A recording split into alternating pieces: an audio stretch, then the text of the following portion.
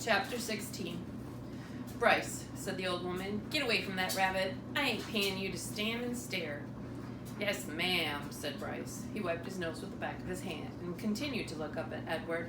The boy's eyes were brown with flecks of gold shining in them. Hey, he whispered to Edward. A crow settled on Edward's head, and the boy flapped his arms and shouted, Go on, get! And the bird spread his wings and flew away. Bryce! Shouted the old woman. Ma'am, said Bryce, get away from that rabbit! Do your work! I ain't gonna say it again! Yes'm, said Bryce. He wiped his hand across his nose. I'll be back to get you, he said to Edward. The rabbit spent the day hanging by his ears, baking in the hot sun, watching the old woman and Bryce weed and hoe the garden.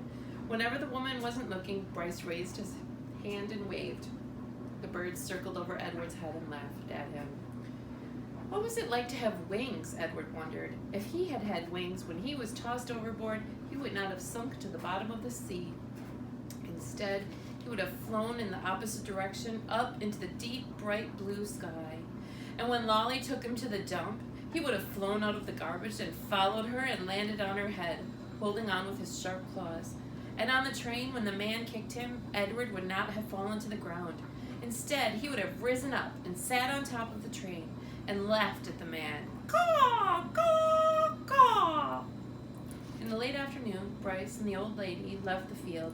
Bryce winked at Edward as he walked past him.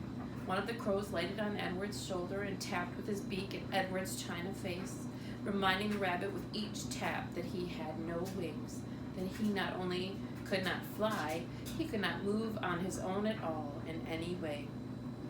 Dusk descended over the field, and then came true dark. A whippoorwill sang out over and over again, Whippoorwill, whippoorwill. It was the saddest sound Edward had ever heard. And then came another song, the hum of a harmonica. Bryce stepped out of the shadows. Hey, he said to Edward. He wiped his nose with the back of his hand, and then played another bit of song on the harmonica.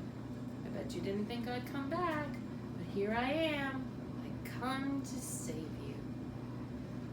Too late, thought Edward as Bryce climbed the pole and worked at the wires that were tied around his wrists. I am nothing but a hollow rabbit.